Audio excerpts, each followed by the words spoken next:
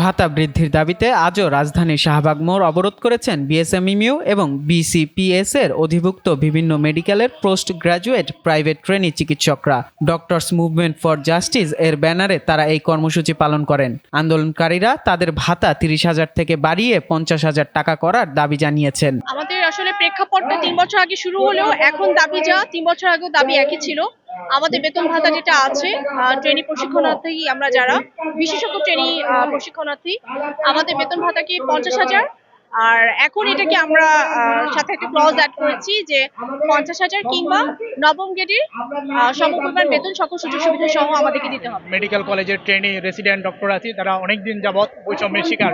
আমাদের যারা ডাক্তার আছি মূলত বিভিন্ন সরকারি হসপিটালগুলোতে আপনারা গেলে দেখবেন মিড লেভেলের ডক্টর হিসেবে আমরা এই চিকিৎসা সেবা দিয়ে থাকি, কিন্তু দেখা যাচ্ছে অনেক দিন ধরে বারবার বিভিন্ন আন্দোলন করার পরও আমাদের ন্যায্য দাবিটা পূরণ হচ্ছে না।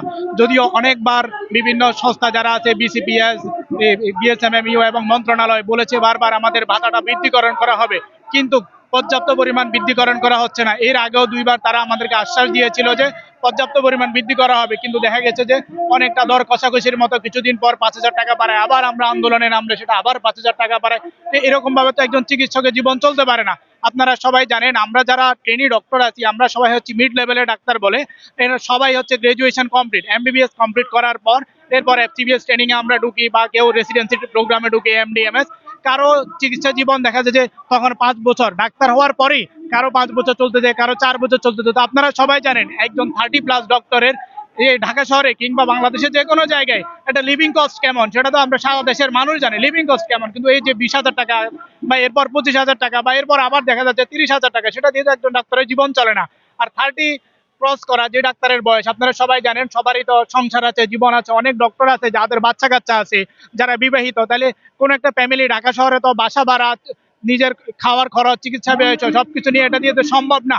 কিন্তু দেখা যায় যে বিভিন্ন মেডিকেল কলেজগুলোতে সবচাইতে বেশি সংখ্যক থাকে হচ্ছে ট্রেনি ডাক্তাররা। একটা রোগীর চিকিৎসার সাথে তারা সরাসরি জড়িত ওতপ্রোতভাবে, তাদেরকে যদি এভাবে দিনের পর দিন বৈষম্য করা হয়, আগের বিভিন্ন সরকারগুলা ফেসিস্টগুলা যখন দেখা যায় যে তারা বিভিন্ন অজুহাত দিত মন্ত্রণালয়ে বাজেট নেই, কিন্তু আমরা দেখতেছি বাকি সব জায়গায় সেই বাজেটটা বিদ্যমান রয়েছে। তাহলে চিকিৎসা ছাত্র কেন নয়? আমরা যদি দেখি মানুষের মৌলিক চাহিদার, পুরো বিশ্বে যদি মৌলিক চাহিদা আমরা দেখি, চিকিৎসা কিন্তু একটা মৌলিক চাহিদা। আর ওই মানুষকে ওই মৌলিক চাহিদাটা প্রোভাইডার হচ্ছে আমরা চিকিৎসকরা। আর যারা ট্রেনি ডক্টর আপনারা দেখেন সারা বাংলাদেশে যদি ডক্টরদের লিস্ট করেন, ট্রেনি ডক্টরদের সংখ্যা মেজরিটি। এই মেজরিটিকে আমরা বঞ্চিত করে কিভাবে আমরা আশা করতেছি যে একটা ভালো চিকিৎসা ব্যবস্থা পাবো, বা তাদের থেকে আমরা বঞ্চিত করে কিভাবে আমরা একটু আশা করি যে ওরা আমাদেরকে সর্বোচ্চ সার্ভিসটা দিবে। চিকিৎসকদের এই আন্দোলনের প্রতি সমর্থন জানিয়েছেন এবি পার্টির সদস্য সচিব ব্যারিস্টার ফুয়াদ। তিনি আন্দোলনকারীদের সঙ্গে একাত্মতা ঘোষণা করেন। শেখ হাসিনার প্রেতাত্মারা এখনো হাসপাতালে, এখনো স্বাস্থ্য মন্ত্রণালয়ে, এখনো বিভিন্ন অধিদপ্তরে দালালি আত্মসরিপনা করছে। সেই সকল পুলিশের এপিসি এখানে আছে, সাবধান করে দিচ্ছি, আমরা জুলাই ভুলে যাই নাই, আমরা আগস্ট ভুলে যাই নাই। কোন রকম বেয়াদবি করার চেষ্টা করবেন না। সারা বাংলাদেশ যেভাবে আপত্তি তুলেছিল আগস্টে, যদি ডাক্তারদের গায়ে কেউ হাত তোলেন, আমার ভাই বোনদের গায়ে যদি কেউ হাত তোলেন, সারা বাংলাদেশের স্বাস্থ্য সেবা অচল করে দেওয়া হবে। গত সপ্তাহের রবিবারও শাহবাগ মোড় অবরোধ করেছিলেন চিকিৎসকরা। বৈষম্য বিরোধী ছাত্র আন্দোলনের অন্যতম সমন্বয়ক সার্জিস আলমের অনুরোধে তখন তারা অবরোধ তুলে নেন। ওই সময় সরকার ভাতা 25 থেকে বাড়িয়ে 30,000 টাকা করার প্রজ্ঞাপন জারি করলেও আন্দোলনকারীদের দাবি তাদের চূড়ান্ত লক্ষ্য অর্জিত হয়নি। তাই দাবি আদায় না হওয়া পর্যন্ত আন্দোলন চালিয়ে যাওয়ার ঘোষণা দিয়েছেন তারা। গত সপ্তাহে রবিবারে আমরা যে আন্দোলন করেছিলাম, যে দাবি জানিয়েছিলাম, আমাদের দাবি ছিল 50,000 টাকা ভাতা করা।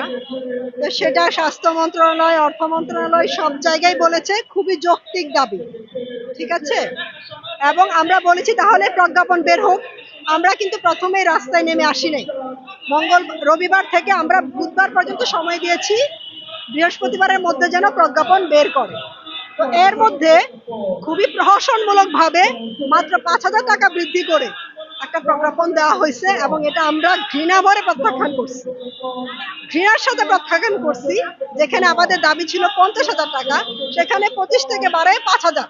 এটা তো ভিক্ষাবৃত্তি না ভাই, এটা আমাদের যৌক্তিক আমরা দাবি। এই জন্য রাস্তায় নেমে আসতে হয়েছে, আমাদের পরিবারের সাথে, আমাদের নিজের সাথে। এবং কি এই ক্ষুধা পেটে কোনো ডাক্তার যদি চিকিৎসা দিয়ে যায় তাহলে সেই চিকিৎসার মান থাকবে না। এবং কি এই জন্য অনেক রুগী ইন্ডিয়ামুখী হচ্ছে, ভারতমুখী হচ্ছে। আমাদের দেশের অনেক টাকা ভারতে চলে যাচ্ছে, ভারতের চিকিৎসা বাণিজ্যে। আমাদেরকে যদি সঠিক টাকা পয়সা এবং ভাতা দেওয়া হয়, ন্যায্য ভাতা, তাহলে আমাদের দেশের চিকিৎসা মান উন্নয়ন হবে, দেশের রুগীরা থাকতে পারবে, এই দেশের ডাক্তাররাও ভালো বিশেষজ্ঞ হিসাবে গড়ে উঠতে পারবে। তবে টানা আন্দোলনের কারণে চরম দুর্ভোগ পোহাতে হচ্ছে সাধারণ মানুষকে, বিশেষ করে খেটে খাওয়া মানুষেরা এর বড় ভুক্তভোগী। আয়েরও যে খুবই খারাপ যাইতেছে, কারণ রাস্তাঘাট সবই বন্ধ, অনেক রাস্তা বন্ধ, অনেক রাস্তার মধ্যে যানজট সৃষ্টি বেশি। তার কারণে দেখা গেছে আমাদের আধা ঘন্টার সময়টা 1 ঘন্টা 1.5 ঘন্টা সময় লাগে, এর মধ্যে সময় শেষ। সময়ের মাধ্যমে আমরা দেখা গেছে কোনো কাবার করতে পারি না, রুজিও করতে পারি না।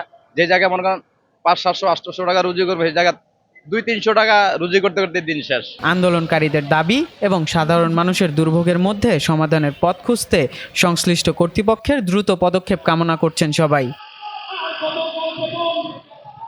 মইনুল ইসলাম, নন্দন টিভি।